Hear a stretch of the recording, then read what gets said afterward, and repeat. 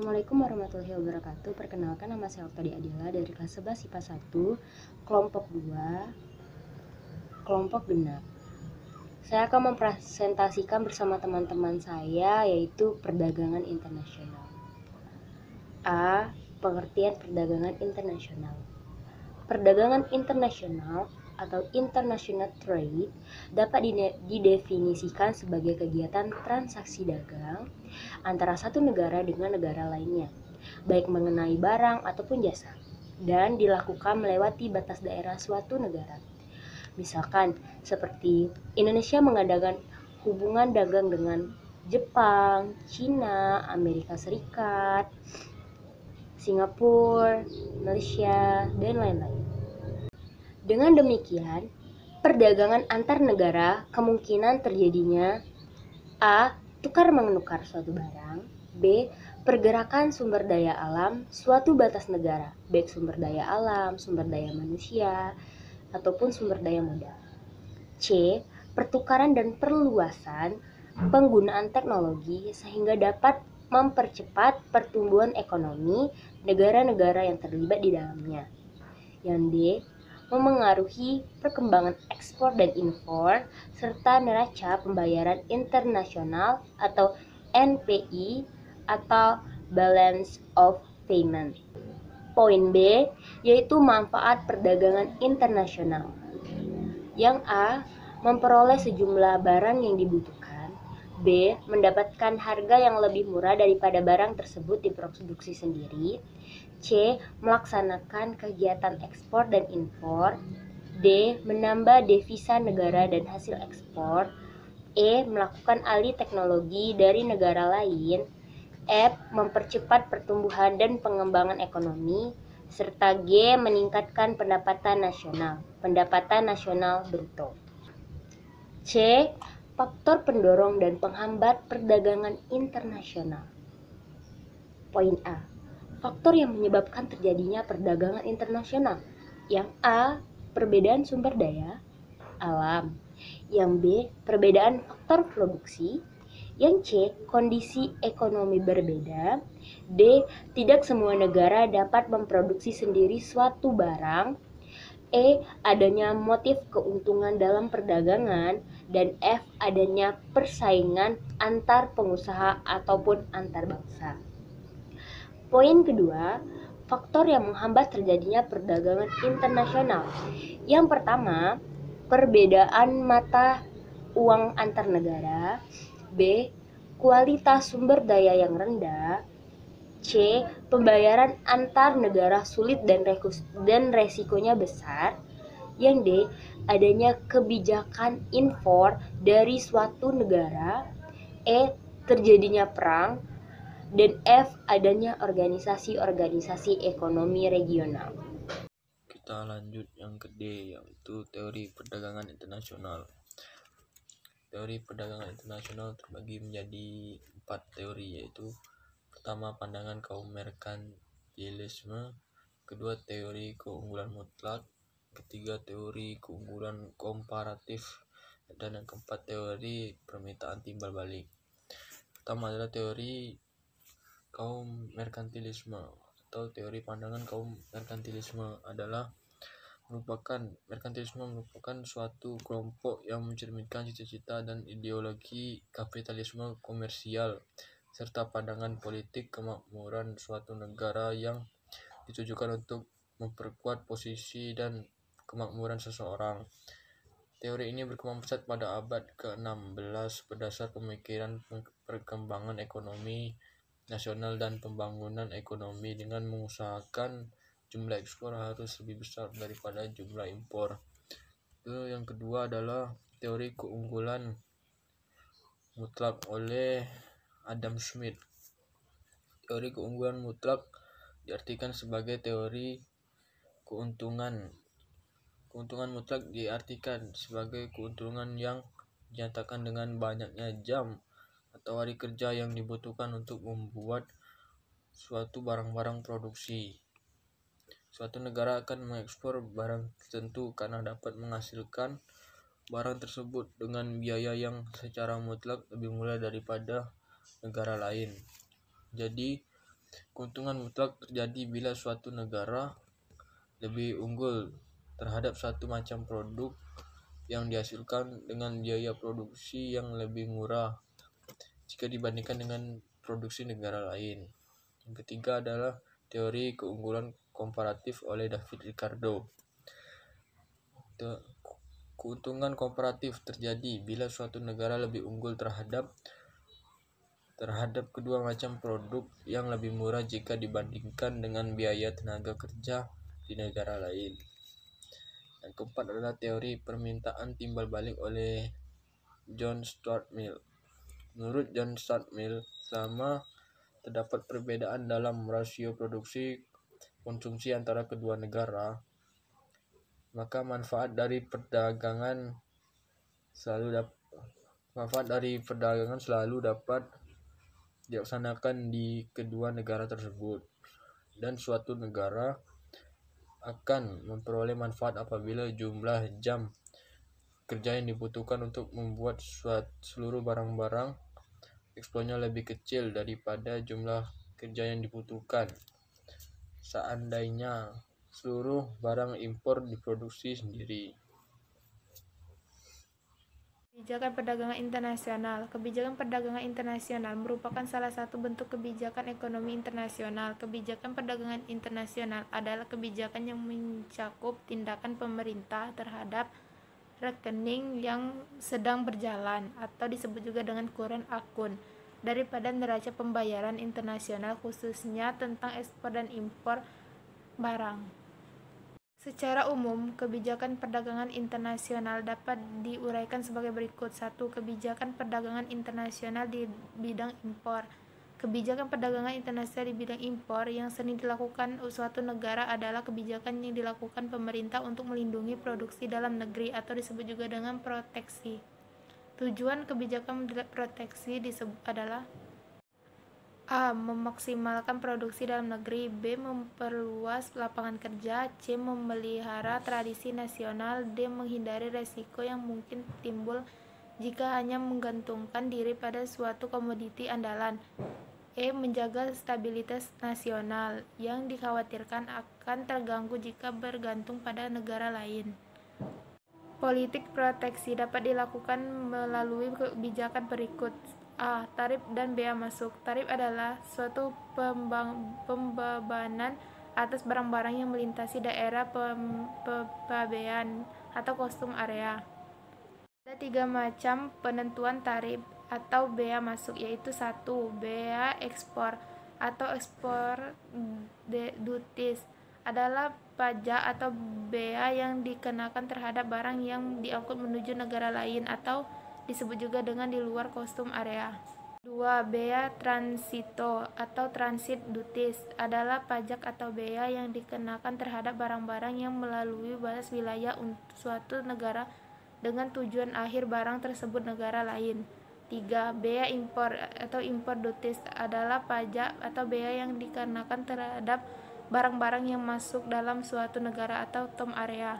B. Pelanggan impor. Pelanggan impor adalah kebijakan pemerintah untuk melarang masuknya barang-barang dari luar negeri dengan tujuan untuk melindungi produksi dalam negeri dan meningkatkan produksi dalam negeri. Akibat kebijakan pelarangan impor adalah sebagai berikut. Harga barang naik, produksi dalam negeri meningkat, dan jumlah barang di pasar turun. Adalah 1. Kuota. Kuota adalah kebijakan pemerintah untuk membatasi barang-barang yang masuk dari luar negeri. 2. Subsidi. Subsidi adalah kebijakan pemerintah untuk membantu menutupi sebagian biaya produksi per unit barang produksi dalam negeri. C. Dumping. Dumping adalah kebijakan pemerintah untuk mengadakan diskriminasi harga, yakni produsen menjual barang di luar negeri lebih murah dan di dalam negeri. Syarat yang harus dipenuhi dalam kebijakan dumping yaitu 1. Kekuatan monopoli di dalam negeri lebih besar daripada 2. Kebijakan perdagangan internasional di bidang ekspor. 1. Diskriminasi harga. Diskriminasi harga adalah suatu tindakan dalam penempatan harga barang-barang ekspor yang berbeda antara negara yang satu dengan yang negara lainnya. B. Pemberian premi atau subsidi. Pemberian premi atau subsidi merupakan kebijakan pemerintah untuk memajukan ekspor dengan cara memberi premi atau kemudahan kepada perusahaan yang melakukan ekspor. C. Larangan ekspor. Larangan ekspor adalah kebijakan suatu negara untuk melarang ekspor barang-barang tertentu ke luar negeri. D. Politik dagang bebas. Politik dagang bebas adalah kebijakan pemerintah untuk mengadakan perdagangan bebas antar negara. E. Politik autarki. Politik autarki adalah kebijakan perdagangan dengan tujuan untuk menghindarkan diri dari pengaruh-pengaruh negara lain. Larang produksi dalam negeri. C. Dumping. Dumping adalah kebijakan pemerintah untuk mengadakan diskriminasi harga, yakni produsen menjual barang di luar negeri lebih murah dan pada di dalam negeri. Syarat yang harus dipenuhi dalam kebijakan dumping yaitu satu, kekuatan monopoli di dalam negeri lebih besar dan daripada. Dua, kebijakan perdagangan internasional di bidang ekspor. Satu, diskriminasi harga.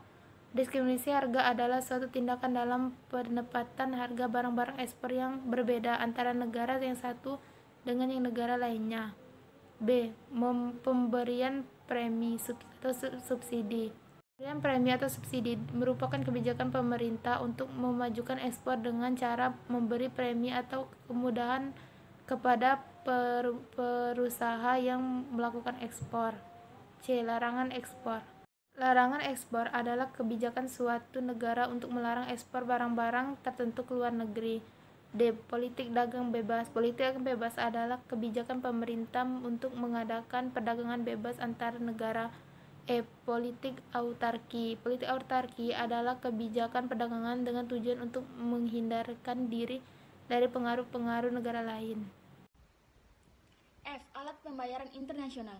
Ada beberapa faktor yang menyebabkan pembayaran internasional. Yang pertama, pembeli dan penjual terpisah oleh batas negara. Contohnya, Indonesia dengan Korea. Indonesia terletak di Asia bagian Tenggara dan Korea terletak di Asia bagian Timur. Jaraklah yang memisahkan mereka, maka dari itu adanya alat pembayaran internasional.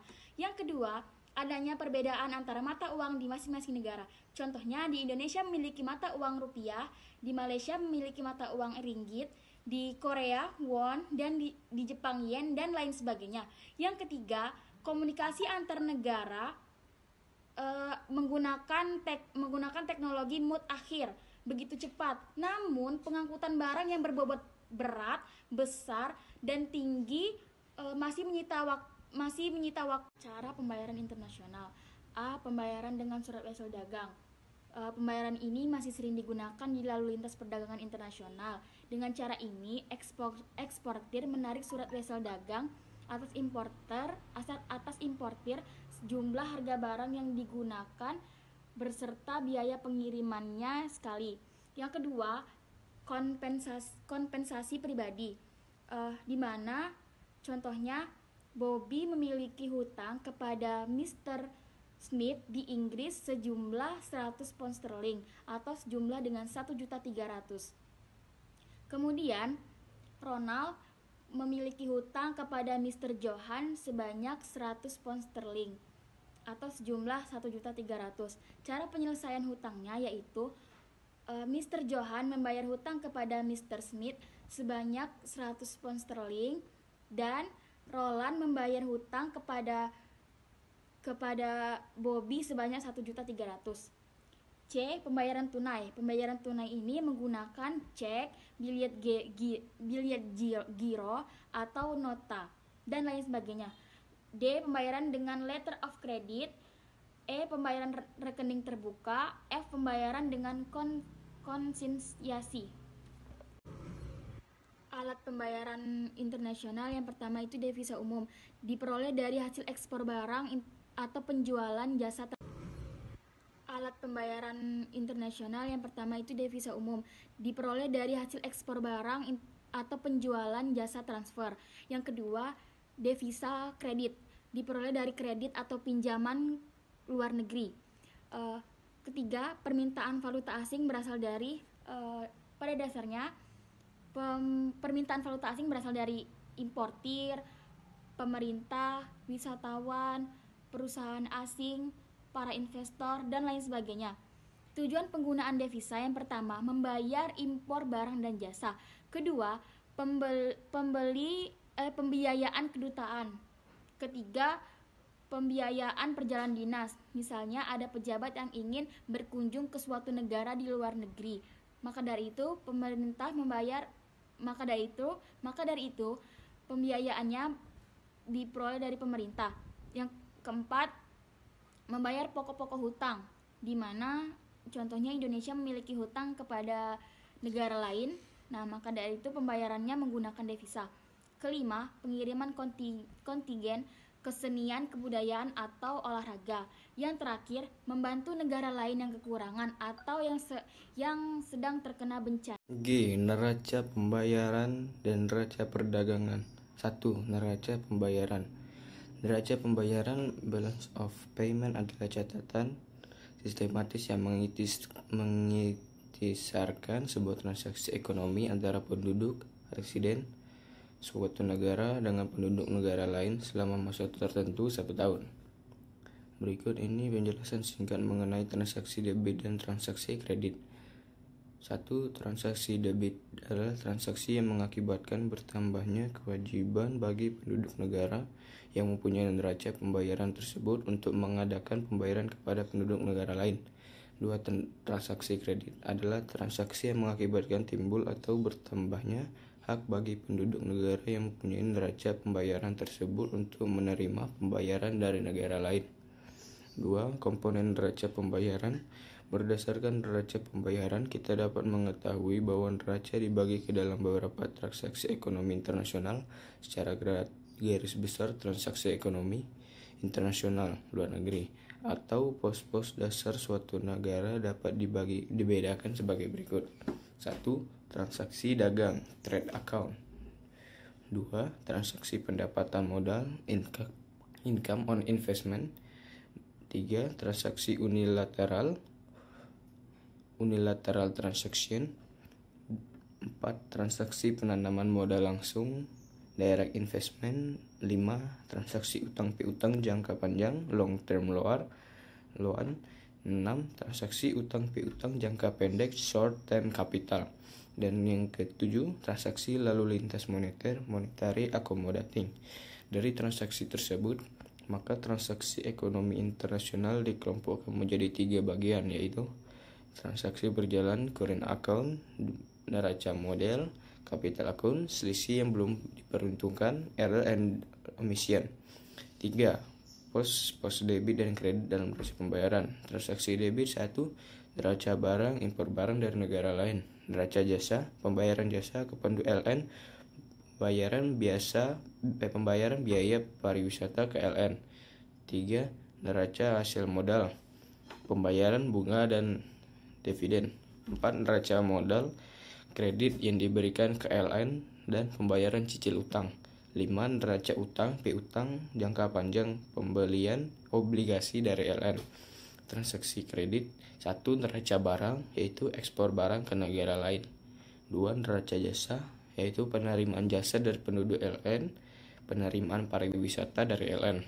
3. Neraca hasil modal, penerimaan bunga dan dividen. 4. Neraca modal kredit yang neraca yang diperoleh dari LN, kredit yang diperoleh dari LN dan penerimaan cicilan utang.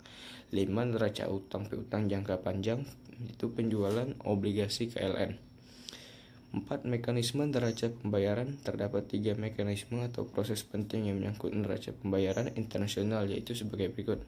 A. Penyesuaian melalui perubahan harga-harga atau mekanisme harga price effect. B. Penyesuaian melalui perubahan pendapat nasional atau mekanisme pendapat income effect. C. Penyesuaian melalui perubahan stok uang atau mekanisme monitor real balance effect. 5. Defisit dan surplus neraca pembayaran. Defisit atau surplus neraca pembayaran yang terjadi pada suatu negara dikarenakan oleh komponen berikut. A. Perubahan kurs devise. A. Stok nasional. B. Pinjaman akomodatif. C. Defisit total adalah besar penurunan stok nasional ditambah pinjaman akomodatif. D. Surplus total adalah besarnya kenaikan stok nasional ditambah pinjaman akomodatif. 6. Pengaruh neraca pembayaran terhadap perekonomian negara. Sebagaimana kamu ketahui bahwa neraca pembayaran suatu negara mencatat semua transaksi negara tersebut dengan luar negeri. Adapun dampak neraca pembayaran terhadap perekonomian adalah sebagai berikut. A. Perubahan kurs devisa. B. Perubahan harga. C. Perubahan tingkat pendapatan. D. Perubahan tingkat bunga.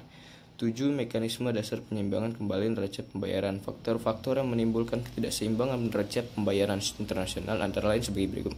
1. Perubahan tingkat harga di dalam negeri. 2. Struktur produk suatu negara. 3. Perubahan posisi utang piutang dengan luar negeri. 4. Pergeseran permintaan luar negeri terhadap produk dalam negeri. 5. Ketidakstabilan perekonomian dalam negeri ditandai dengan menurunnya kegiatan ekspor dan meningkatnya impor. 6. Bencana alam. Pada prinsipnya cara untuk mengurangi atau menghilangkan defisit neraca pembayaran internasional terjadi di suatu negara lakukan melalui proses penyeimbangan kembali neraca pembayaran dengan 5 jalur. Kelima jalur tersebut bekerja melalui perubahan komponen berikut ini. A. Pendapatan nasional. B. Tingkat harga. C. Kurs valuta asing. D. Tingkat bunga. 8. Neraca perdagangan. Neraca perdagangan adalah selisih antara nilai ekspor dan nilai barang. Neraca perdagangan Indonesia umumnya mengalami surplus, yang berarti ekspor lebih besar dari nilai impor. Dalam neraca perdagangan akan dapat memengaruhi kurs valuta asing, yaitu 1. Neraca perdagangan aktif atau surplus menunjukkan nilai ekspor lebih besar daripada nilai impor, sehingga kurs valuta asing mengalami penurunan atau mata uang dalam negeri mengalami apresiasi. 2. Neraca perdagangan pasif atau defisit menunjukkan nilai ekspor lebih kecil daripada nilai impor, sehingga kurs valuta asing mengalami kenaikan atau mata uang dalam negeri mengalami depresiasi. 9. Sistem kurs valuta asing. 1. Sistem standar emas gold standard system atau sistem kurs tetap fixed rate system. 2. Sistem kurs mengambang atau sistem kurs bebas floating exchange rate system. 3. Sistem kurs tambatan peg rate system. 4. Sistem kurs mengambang terkendali atau kurs yang distabilkan managed floats atau dirty floats. Itu. Oke, terima kasih. Baiklah, itu saja presentasi dari saya dan kelompok-kelompok saya. Apabila ada kesalahan saya mohon maaf. Wassalamualaikum warahmatullahi wabarakatuh.